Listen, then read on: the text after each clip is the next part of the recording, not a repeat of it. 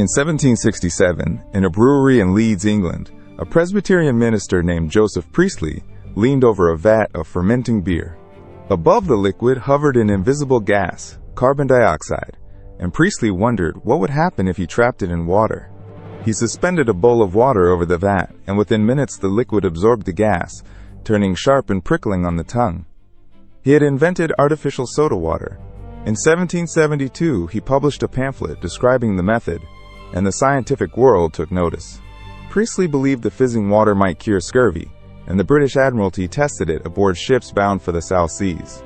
It failed against scurvy, but the idea had taken root. Carbonation was medicine. Across Europe, physicians had long sent wealthy patients to natural springs at Spa in Belgium and Bad Pyrmont in Germany, where naturally effervescent mineral waters bubbled from the earth. Doctors prescribed these waters for gout, indigestion, kidney stones, and melancholy. If nature's fizzing springs could heal, then Priestley's manufactured version promised the same cure without the journey. In 1783, a German-born entrepreneur named Johann Jakob Schwepp perfected a process to mass-produce carbonated mineral water in Geneva. By 1792, he had moved to London, selling bottled soda water as a health tonic to apothecaries and physicians. His name still sits on bottles today. Chemists raced to imitate the mineral springs, dissolving bicarbonate of soda, magnesia, and other salts into the bubbling water, each promising to settle stomachs and cleanse the blood. The very word soda came from the sodium compounds these druggists stirred in. By the early 1800s, pharmacists across Europe and America dispensed carbonated water from the same counters where they weighed powders and mixed pills. The bubbles were not entertainment, they were treatment, sold by men in white coats who genuinely believed the fizz carried therapeutic power into the human body. Every cola, every lemon-lime drink, every energy beverage on earth traces its lineage to this single conviction, that trapped gas and water could heal the sick. And soon that conviction would cross the Atlantic, where a uniquely American invention would turn the pharmacy counter into a stage.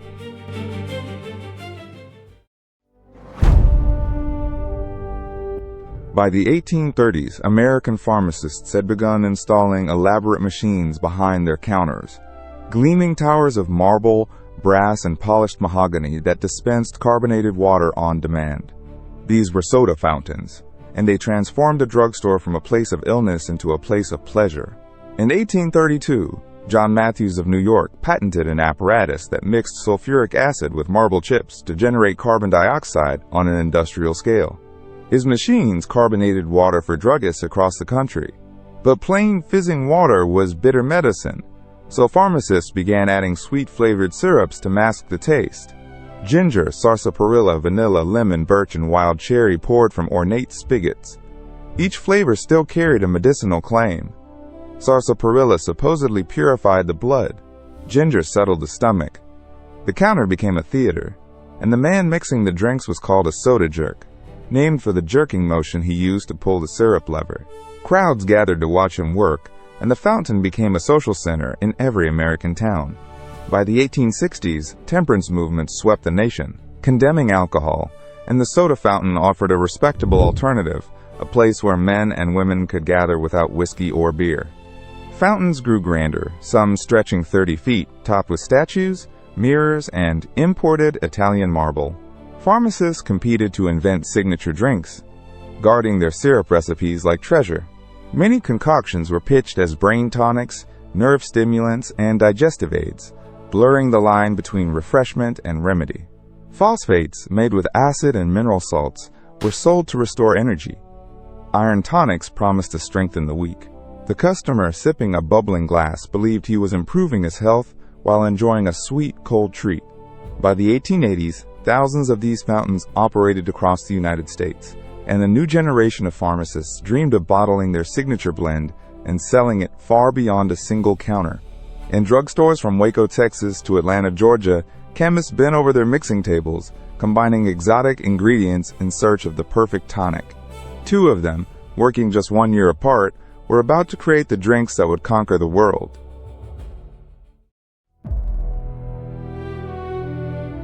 In Atlanta, Georgia, a pharmacist named John Stith Pemberton carried a wound that never healed. During the Civil War, he had served as a Confederate cavalry officer, and in April 1865, he took a saber slash across the chest at the Battle of Columbus. Like thousands of wounded veterans, he became addicted to morphine prescribed for the pain. As a trained chemist, Pemberton set out to invent a cure for his own addiction, a tonic that could ease suffering without the opium. He experimented with coca, the South American leaf that yields cocaine, and cola, the African nut rich in caffeine. In 1885, he created Pemberton's French wine coca, a mixture of coca extract, cola, and alcohol, marketed as a nerve tonic for headaches, exhaustion, and depression. It sold well until Atlanta passed a local prohibition law in 1886, banning alcohol. Pemberton was forced to reinvent his formula without the wine. He mixed coca leaf extract, cola nut, sugar, caramel, citric acid, and a blend of secret oils into a thick, dark syrup. On May 8, 1886, he carried a jug of it to Jacob's Pharmacy on Peachtree Street, where it was combined with carbonated water and sold at the soda fountain for 5 cents a glass. His bookkeeper, Frank Robinson, suggested the name and wrote it in the flowing Spencerian script still used today, Coca-Cola, named directly for its 2 active drug ingredients. It was pitched as a brain tonic and a cure for headaches, fatigue, and hangovers. But Pemberton was gravely ill, dying of stomach cancer, and still battling his morphine addiction. He sold portions of his formula to multiple partners, desperate for money, creating a tangle of ownership. In 1888, he died nearly penniless, never knowing what his invention would become. Only about 9 glasses a day sold in that first year, barely $50 in total revenue. The drink was a curiosity, a medicinal novelty among hundreds of others. But circling that formula was a shrewd Atlanta businessman with a genius for salesmanship, a man who would soon seize control of the entire enterprise. First, though, a rival tonic had already been born 1 year earlier in a small Texas town.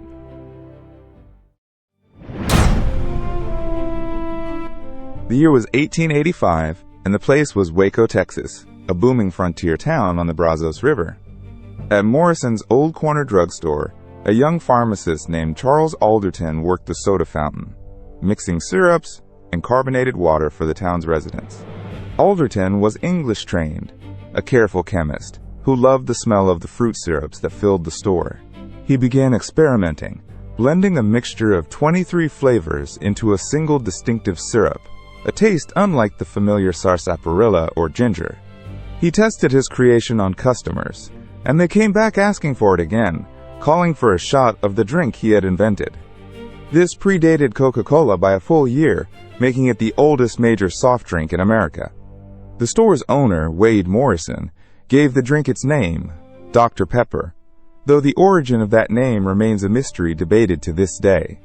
One legend claims it honored a real Dr. Charles Pepper of Virginia. Another says Morrison hoped the name would suggest health and vigor to customers. The period after Doctor was eventually dropped in the 1950s for stylistic reasons, but the medicinal implication was clear. Like Coca-Cola, Dr Pepper was born as a tonic, sold at a pharmacy counter, promising to pep up the tired and refresh the weary.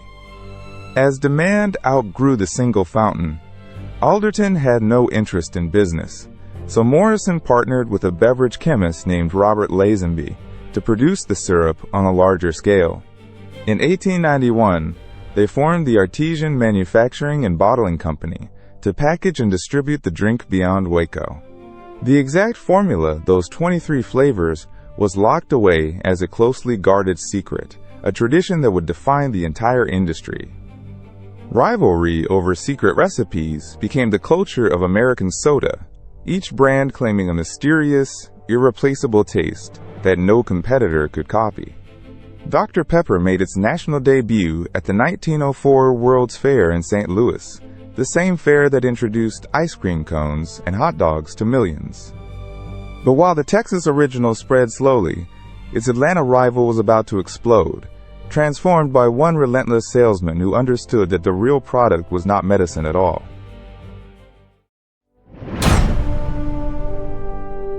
His name was Asa Griggs Candler, and he was an Atlanta druggist with a ferocious talent for business and belief. Suffering from chronic headaches, Candler tried Coca-Cola and became convinced of its power. Between 1888 and 1891, moving through the tangle of partners left by the dying Pemberton, Candler bought up every share of the formula. By 1892, he had incorporated the Coca-Cola Company, having gained full control for a total investment of around $2,300, one of the greatest bargains in commercial history. Candler understood something the chemists never had. The syrup was not the product. The idea was the product. He poured money into advertising on a scale never seen before.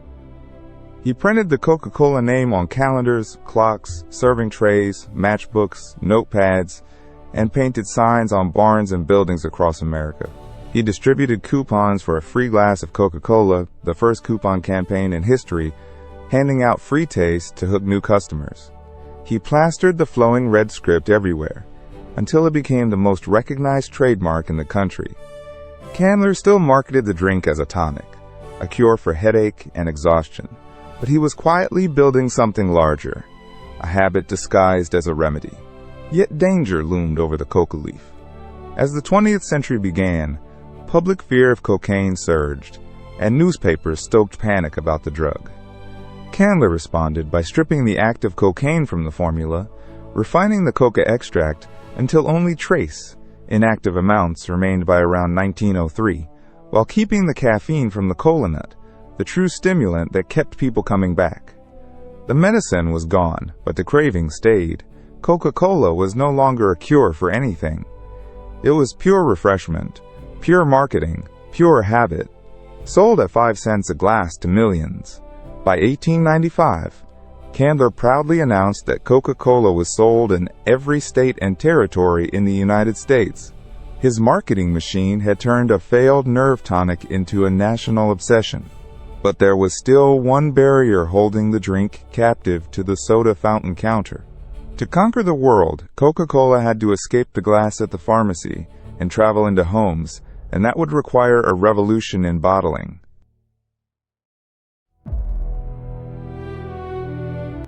In 1899, two Chattanooga lawyers, Benjamin Thomas and Joseph Whitehead, walked into Asa Candler's Atlanta office with a proposal he thought worthless. "Give us the right to bottle Coca-Cola," they said. Candler, convinced the future belonged to the fountain, signed away bottling rights for a single $1. He believed no one would want fizzy syrup sealed in glass. He was catastrophically wrong. Within a decade, hundreds of bottling plants had sprung up across the United States, each operating under Thomas and Whitehead's franchise system. Local businessmen supplied the capital, the ice, the trucks. Coca-Cola supplied the syrup and the name. Suddenly, the drink escaped the drugstore counter and rode into towns without a single soda fountain. But loose bottles created a problem. Imitators flooded the market with knockoffs called Coca-Nola, Ma Coca-Co, Toca-Cola, hoping to steal Coca-Cola's reputation in the dark of a cluttered store shelf. The company needed a bottle so distinctive a customer could recognize it blindfolded or shattered on the ground. In 1915, they held a contest. The Root Glass Company of Terre Haute, Indiana, submitted a design inspired, mistakenly, by the fat ridge shape of a cocoa pod. The curves became the 1915 contour bottle, patented, unmistakable, and soon iconic. Refrigeration accelerated everything. Ice plants and later electric coolers meant a cold Coke waited at gas stations, groceries, and lunch counters from Maine to California. By the 1920s, bottled sales overtook the fountain. Vending machines followed, dispensing bottles for a nickel, a price held frozen for 70 years through sheer marketing discipline. The drink that began as a wounded pharmacist's tonic now traveled by rail, by truck, by ship. Glass and ice carried carbonation into homes, factories, ballparks, and eventually across oceans. Candler's dollar-sign contract, born of doubt, had unlocked a distribution empire worth billions. The fountain had made Coca-Cola famous. The bottle made it unstoppable. Yet no empire commands a market alone. As Coca-Cola's red bottles conquered shelf after shelf through the prosperous 1920s, a bankrupt candy maker in North Carolina was nursing a rival syrup and a dangerous idea, waiting for the moment a shattered economy would crack the giant's grip. Pepsi-Cola was born in 1898 in a New Bern, North Carolina drugstore, brewed by pharmacist Caleb Bradham. But by 1923 it had gone bankrupt, and again in 1931. The formula passed between owners like a fever no one could break. Then came the Great Depression, and with it, opportunity.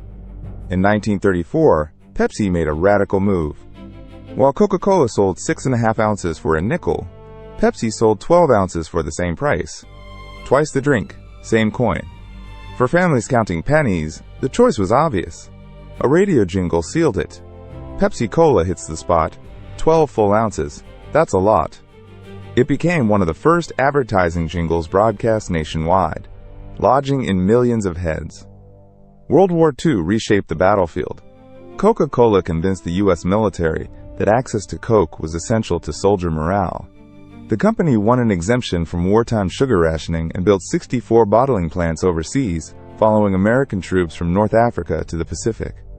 Servicemen drank 5 billion bottles during the war. When they came home, Coca-Cola had planted its brand on nearly every continent for free. The post-war decades hardened into open combat. Pepsi repositioned itself in the 1960s as the choice of youth, the Pepsi generation. In 1975, it launched the Pepsi Challenge, filming blind taste tests where consumers picked Pepsi over Coke. The results panicked Atlanta. In 1985, Coca-Cola committed one of history's most infamous marketing blunders.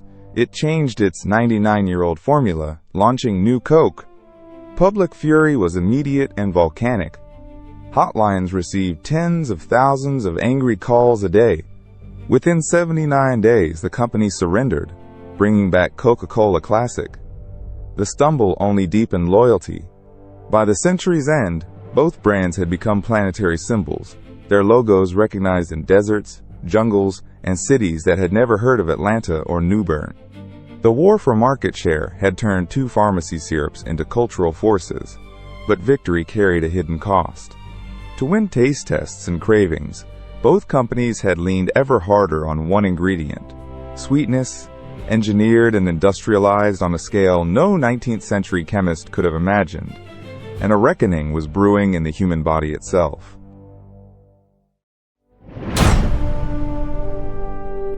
A single 12-ounce can of cola contains roughly 39 grams of sugar, nearly 10 teaspoons, dissolved so completely that phosphoric acid masks a sweetness that would otherwise be sickening. This is chemistry, not accident. Soda is engineered to slip past the body's warning systems. In the 1980s, American manufacturers made a fateful switch. Cane sugar gave way to high-fructose corn syrup, cheaper thanks to government corn subsidies, and easier to pump through factory lines. The formula grew more industrial, the price fell, and consumption soared. By the year 2000, the average American drank over 50 gallons of soda annually, roughly 600 cans a person, each year. Then there's caffeine, the second engine of craving. Present since Pemberton's original cola nut, caffeine is a mild stimulant and a mild dependency. Withdrawal brings headaches and fatigue, symptoms conveniently relieved by the next cold bottle. Companies insisted caffeine was added for flavor, yet studies showed most people cannot taste it at soda concentrations. What it does is keep you reaching. Scientists began to map the science of reward. Sugar triggers dopamine release in the brain's pleasure circuits, the same pathways activated by other addictive substances. Combine sweetness, caffeine, cold temperature, fizz, and relentless advertising, and you build a habit loop few can resist. The tonic once sold to cure headaches now helped create them. The health toll arrived slowly, then undeniably. Researchers linked sugary drinks to the obesity epidemic, to type 2 diabetes, to tooth decay and fatty liver disease. In 2004, a landmark study followed over 50,000 women and found those drinking one soda daily gained significantly more weight and faced sharply higher diabetes risk. The medicinal promise had curdled. Once, pharmacists prescribed carbonated tonics to soothe the nervous and settle the stomach. Now public health officials warned that the very same category of drink was fueling a global disease burden measured in millions of lives. The bubbles that Priestley believed could cure had become a leading suspect in a slow, sweet epidemic. And yet the industry was not retreating. It was expanding, chasing new markets across a thirsty planet, exporting the habit faster than any warning could follow.